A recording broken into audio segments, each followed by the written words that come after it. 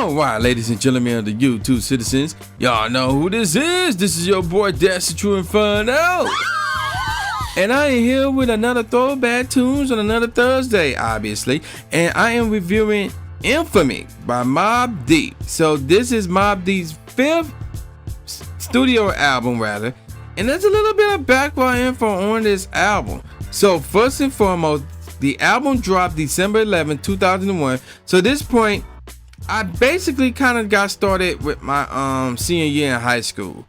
Now, this album, I crept out, was recorded from April up to October that same year. More on those dates later. So that's pretty amazing rather. Now, this album dropped under Loud Records and Columbia Records, and the producers involved was Havoc, Scott Scorch, The Alchemist, and Easy LP. I hope I pronounced that name correctly. Now then, regarding this album dropped after Jay-Z dissed Prodigy and Nas on his song Takeover from the Blueprint, which also dropped 2001, obviously done by Jay-Z. Now, Prodigy struck back on Crawlin' and also on Burn as well, but Crawlin' is really where he took his most shots at Hove. And this album, Infamy, has been certified gold by the RIAA, selling around 800,000 copies in the US. And believe it or not, it actually got some success, and got some good scores. On the charts, the album finished first on the US top R&B/hip hop albums. It was 22nd on the US Billboard 200, and it was 135th in the French albums charts rather. And by the end of the year, it was 26th on the US top R&B/hip hop albums and 117th on the US Billboard 200. Now, here's a little bit of info regarding this album. There are a grand total of 16 tracks. Now, the problem is that 16th track have 2 songs. Now, we dealt with something like this before when I reviewed the Blueprint 3, and the last track on that album had 3 songs in it. Well, the same scenario applies here. Because there's 16 tracks, none of them are skits. I can give y'all top 5, not a top 3, and that's whether or not that 16 track counts as 1 song or not. It don't matter this time around, because I can't give y'all top 5 and not a top 3. But I will separate those 2 tracks at the end, and I will do that for future reference. So if there's a case where there's like 14 tracks, but the last track have 2 songs in it, I'm gonna say there's 15 songs, assuming none of them skips or anything, and then I can give y'all top 5 and not a top 3. So yeah, let me get on with the tracks real quick. The first track is called Pray For Me featuring Lil Mo. Now, there are 4 singles off of this album, which really surprised me, because I only thought there was 1, right around that time frame. Alright, so yeah, that's the first track, which is a single. I was surprised that was a single. The next track is called Get Away, which is another single, and I was surprised that was a single. Followed by Bounce, then is Clap. Track number 5 is called Kill That Nigga, followed by My Gat Spittin' featuring Infamous Mob. Track number 7 is called Handcuffs featuring track number 8, which is called Hey Love, and in parentheses, Anything featuring 112. So I'm gonna break that track down later, which is the single that I heard about. Track number 9 is another single, and I didn't even know this was a single, and there's more info on this track, and it's called The Learning, and in parentheses, Burn, and this featuring Noid and Vita. Track number 10 is called Live Foul, followed by Hurt Niggas featuring Noid again. Track number 12 is called Get At Me, followed by I Won't Fall, followed by Crawlin'. Little bit of info on that one. Track number 15 is called Nothing Like Home featuring Littles. And track number 16 is the double song track right there. There I Go Again featuring Ronald Isley. And then of course, So Long. Now, let me give y'all the singles. The first single is called Burn, or aka The Learning. And in parentheses, Burn. So this single dropped October 30th, 2001. Now remember, this album they started working on this album April that same year and finished in October that same year. So for them to drop this single in a music video, because there's a music video for this, by the way, it's crazy. Now, Prodigy's verse contained a subliminal diss towards Jay-Z in response to the song Takeover. So there you go with that. There was a music video, like I said, and a cameo was made by DJ K-Slay. So for those of you who don't know, let me do it right. DJ K-Slay from around the way, you know, whatever. Now, although Vita is on the chorus of the song, she does not appear in the music video for the song due to Mobb Deep's beef with Jay-Z, who had a strong relationship with her record label, Mother Inc. Records. So remember, this is 2001. So this was during the time where the three leading guys, even though you had all these groups like No Limit and Cash Money, that was doing the thing and was leading the way groups-wise, in my opinion. But the three single individual rappers that were leading the way for the rap scene around that time were Jay-Z of Rockefeller, DMX for Rough Riders, and Ja Rule of Mother Inc. Like I said, at that time, Vita was a part of Mother Inc. So because all three of those rappers and their record labels were under Def Jam, they all had like a good relationship with each other, appearing on each other's songs and things of that nature. So not to jeopardize any of that, Vita just did a song with Mobb Deep here, but did not appear in the music video, which is the right move. And regarding the charts, this single finished 56 on the US Billboard Hot R&B/Hip Hop Songs, and it's peaked at number 99 on the US Billboard Hot 100, which is pretty funny. One spot away from peaking at the lowest spot on this chart. That's why it's funny. And I believe that's it. No. It also number 14 on the US Hot Rap Songs as well. Now let's move on to the second single, which is called Hey Love, and in parentheses anything, and it features 112. So for those of you, and let me get the info on this app, on this song out the way real quick. So this single dropped in January of 2012, and it actually and then let me give you like the background. Well, you know, the word from the streets rather, back in those days when that single dropped, everybody was like, what the heck is this? Mobb Deep went soft. This album is soft, and not a lot of people got it. It wasn't until years later when they gave this album a chance, and they was like, gun damn, this is not bad. And I'll get more on breaking this song down later, but that was the mindset regarding this single. However, despite the fact that the streets heard the single or saw the music video and called it soft, look at the charts. It was 58th on the Billboard Hot 100 and 32nd on the Billboard Hot R&B/Hip Hop Singles and Tracks. And you're probably wondering, wait, it wasn't number one or close, so why are we looking at the charts? Here's why.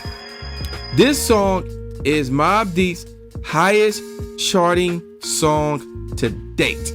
No other single that they came out with.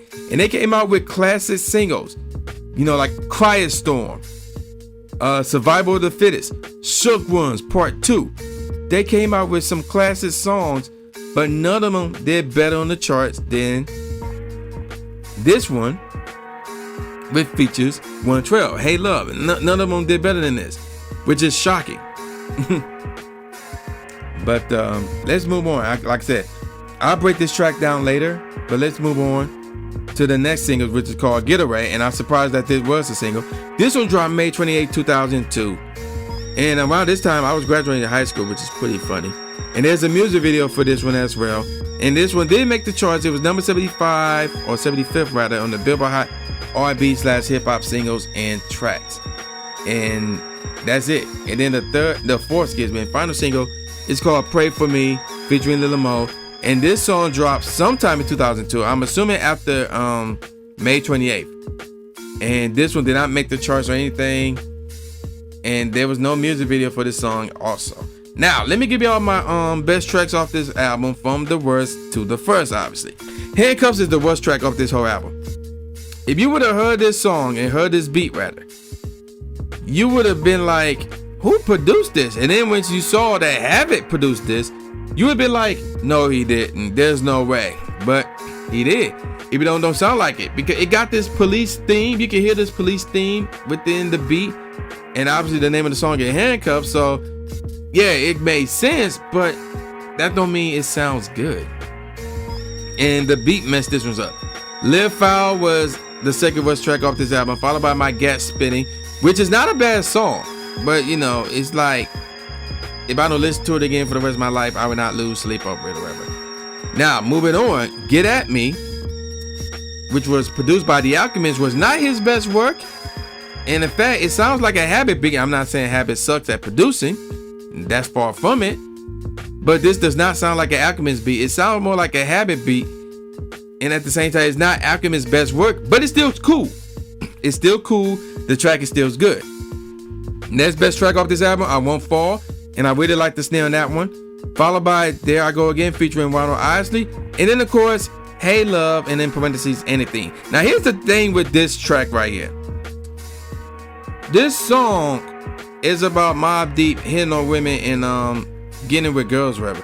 What this song should have been about was Mobb Deep saying goodbye to their women for the last time because they're about to go to war. If you were to hear this beat, that's what it sounds like to me. And the beat is dope. If 112 was not on this, if they had a different title, if the song was about what I said it should have been about, this would have been a dope track. And people would have respect that track. They would have got that album and respect the album. But instead, they did this. And I'm saying the track is garbage or anything, but I wouldn't release this as a single. I wouldn't do this type of song with 112. I mean, I'll take that back. Like 112 could sing to it and say, oh, you know, my time about to come to an end. You know, something along those lines, but I'm gonna go out fighting. You know, they can still sing to that and just do the chorus. But, you know, they came up with this and, you know, it is what it is. I'm not saying it sucks. And it's near the middle of the pack as far as like the best tracks off this album. But they could have done better with this one. Moving on. Hurt Niggas featuring Nori was really good. Kill That Nigga sounded dark as heck, dog. So you know it's good, especially since it's a Mobb Deep song. And Pray For Me featuring Lil Mo was good. Oh man, excuse me. I'm actually tired. Clap and Bounce are really, really good, but they cannot make my top 5 because there are 5 songs better than those 2. But Clap and Bounce are really, really good. Now, the 5th best track off this album, Getaway. Again, I like the mail out joints. Now this one kind of sounds like a mail out joint, and it's dope as heck, man. That's all I gotta say about it. Getaway is dope. Track number 4, not track number 4. The 4th best track off this album, Delaney, aka Burn. And let me give you one more bit of info regarding this one. This track have one of the most famous freestyle beats ever, and probably the most underrated. So what I mean by that is the instrumental used in this songwriter, a lot of rappers back in those days were freestyle rap. Probably to this day too. They were freestyle by that beat. That beat is dope as heck, dog. So that whole song is dope, especially since you got Mobb Deep on it. And again, Prodigy took a little jab at Hove on this one, but not much to talk about. The next best track off this album, on the other hand, is A Different Story, which is Crawling, which is very, very dope. Mostly because of the beat. Now, let me give you guys some lyrics off of this album, mostly by Prodigy, because Prodigy was basically the only one throwing shots at on this track anyway. So on Prodigy's first verse, I'm gonna read the whole thing where he says, and I quote, if this thing would stop strolling, here we go. Nigga, how you running, nigga? Cause you about to get matter of fact, nigga, you about to get your shit burned, punk motherfucker. Female ass nigga, the homo rapper, H to the you know. Come on, man, I ain't gotta spell it out for you. You know how to tell time, you know my gun, boyo. I'll set it off on your bitch ass. Don't forget that. And your retaliation was weak. Baby pictures? Done, I take you out in the streets and spank you, bitch. Ain't no point going at P. You wanted to bricks. How you not gonna show your face after that stunt? At raps only awards and you ain't show up. You scared in your butt. You are now being crushed by these black mob gangsters. You niggas is done. I suggest that you pack up and take it to go, cause everything is not cool and you niggas should know. Okay, how he ended that verse was weak. I will admit, it was weak. Whether it was towards Jay-Z or towards Jay-Z and other people, or towards other people minus Jay-Z, it was still weak. But like the majority of it was like, wow, okay. And your retaliation was weak. Baby pictures. The homo rapper H to the you know. Let me see. What's another one? Oh yeah. How you not go show your face after that stunt at Raps Only Awards and you ain't show up? Wow. That's interesting right there. That's really interesting. Now, moving on. Prodigy had like another verse, and it's like a half a verse or whatever. So he said, and I quote, "Y'all some hoe ass niggas. I slapped days out you. You were raised off our shit. We made rappers. Bitch ass nigga. I'll butt the fuck out that nigga and peel that fruit. Kill that fool. 88 is you crazy? That's when I was fucking Sophie and you was pumping for poison. My nigga Killer Doing wouldn't spit in your face. Illa G been told me about that something boy J." So regarding that 88 is you crazy part, apparently he was making reference to the song called Hawaiian Sophie that Jay-Z did with his old mentor Jaz-O. And Jay-Z looked kind of weird in that one. Yeah, and that's all I'm gonna say about that one. So there you go with that, man. That's the lyrics that Prodigy shot at Hove. What y'all think about it? And don't play any favoritism. To me, it was decent. That's all I can say. Now, moving on. The second best track off this album, So Long, which is the second song off of track number 16. Very mellow out. And this is one of my all-time favorite songs right here, man. This joint is dope. And like I said, you know I love the mellow out joints, man.